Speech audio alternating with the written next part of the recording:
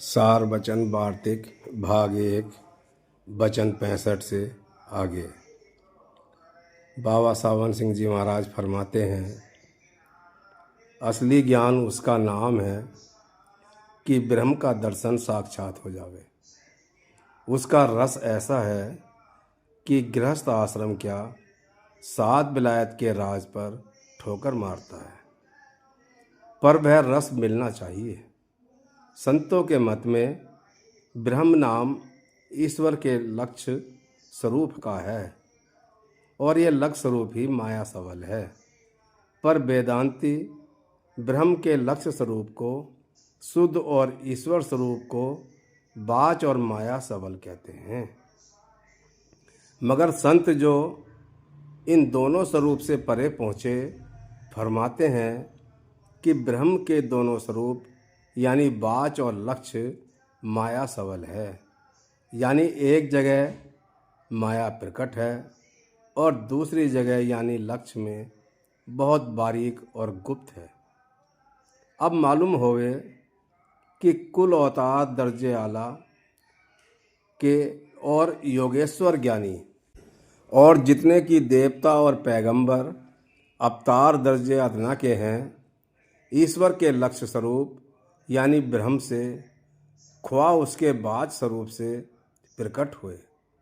इस सबब से जो कोई कि उसके बाच स्वरूप के उपासक हैं या उसके लक्ष्य स्वरूप के ज्ञानी हैं, वे सब माया और काल के हद से बाहर नहीं हुए और इसी वजह से जन्म मरण से नहीं बच सकते। संत सद्गुरु का मार्ग सबसे ऊंचा है और वह उपासना सच्चे मालिक यानी सतपुरुष राधा स्वामी की, जो ब्रह्म और पार ब्रह्म से के परे है, बतलाते हैं ताकि जीव माया के हद से परे हो जावे। सच्चे साध की गति 10वें द्वार यानी शुद्ध पद तक है, सुन पद तक है और वही योगेश्वर ज्ञानी है। और जो कोई कि इस मुकाम से नीचे रहे, उनका दर्जा पूरे साध से कम है। इस वास्ते हर एक शख्स जो कोई अपना सच्चा उद्धार चाहे, मुनासिब है कि संतों का इष्ट यानी सतपुरुष राधा स्वामी का इष्ट धारण करे। यह नाम राधा स्वामी कुल मालिक ने आप प्रकट किया है। जिस किसी को इस नाम का भेद मिल जावे और वह राधा स्वामी की शरण लेकर इस नाम का संतों की जुगत यानी तरीके के मुआफिक जाप करे या अंतरी सुमरन करे या अपने अंतर में नाम की धुन सुने, तो जरूर उसका उद्धार होगा। और यह बात चंद रोज के अभ्यास में उसको आप अपने अंतर में साबित हो जाएगी। यह जिक्र ऊपर हो चुका है कि कुल अवतार और योगेश्वर ज्ञानी और पैगंबर और योगी ज्ञानी वगैरह मुकाम 10वें द्वार या त्रिकुटी या सहज दल कमल से प्रकट हुए और चारों वेद या नाद यानी प्रणव से त्रिकुटी के मुकाम पर प्रकट हुए और देवता जैसे ब्रह्मा विष्णु महादेव सहज दल कमल के नीचे से प्रकट हुए।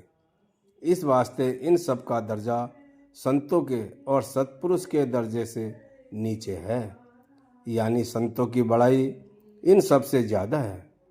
यह सब संतों के अधीन है और संत सिर्फ सतपुरुष राधा स्वामी के अधीन है।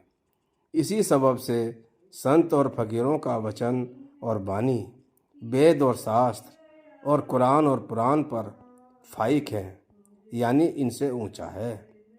वेद और कुरान और पुराण बतौर कानून वास्ते बंदोबस्त दुनिया के हैं। इनमें अव्वल मतलब प्रवृत्ति यानी दुनिया के बंदोबस्त और कयाम यानी ठहराव का है और थोड़ा सा जिक्र निवृत्ति यानी निजात का है।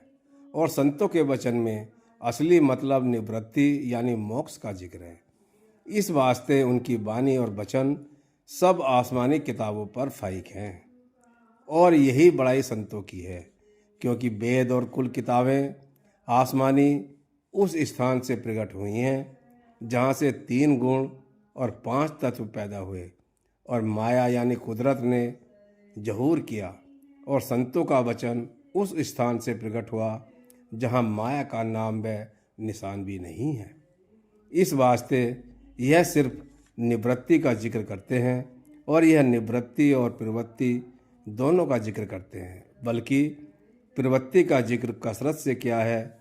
यानी वेद में 80,000 कर्म कांड के श्लोक हैं, यह प्रवृत्ति है, और 16,000 उपासना कांड और सिर्फ 4,000 निवृत्ति यानी ज्ञान कांड के श्लोक हैं।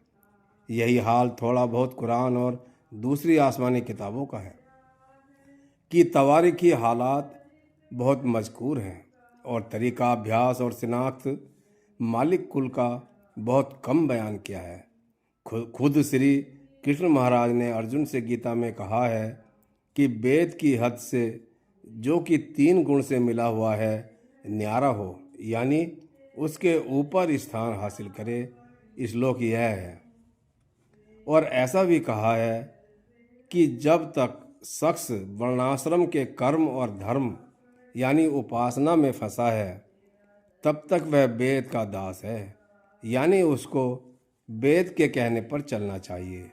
और जब वह माया और 3 गुण की हद से निकल गया तब वेद के सिर पर उसके चरण हैं, यानी यह वेद के कर्ता का कर्ता है और इसका हुक्म वेद के हुक्म के ऊपर है।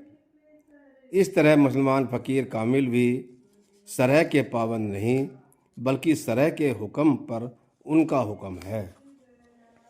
यह कौल उन संतों के यानी सच्चे और पूरे आशिकों के हैं जो कि सतलोक में पहुंचकर सच्चे मालिक और खुदा से मिले और वहां से देखते हैं कि बेशुमार त्रिलोकियां और बेशुमार ब्रह्मांड और हर एक ब्रह्मांड में अलहदा-अलहदा ब्रह्म व ईश्वर और माया और शक्ति यानी दुनियादारों का खुदा और उसकी कुदरत और बेशुमार अवतार और बेशुमार ब्रह्मा और विष्णु और महादेव और देवता और पैगंबर और औलिया और अंबिया और कुतुब और फरिश्ते और जोगेश्वर और ज्ञानी और ऋषिवर और मुनीश्वर और सिद्ध और जोगी और इंद्र और गंधर्व हैं।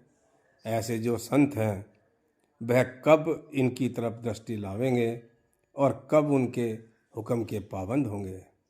हर एक त्रिलोकी का एक एक धनी यानी मालिक है जिसको ब्रह्म और ईश्वर यानी माया सबल कहते हैं।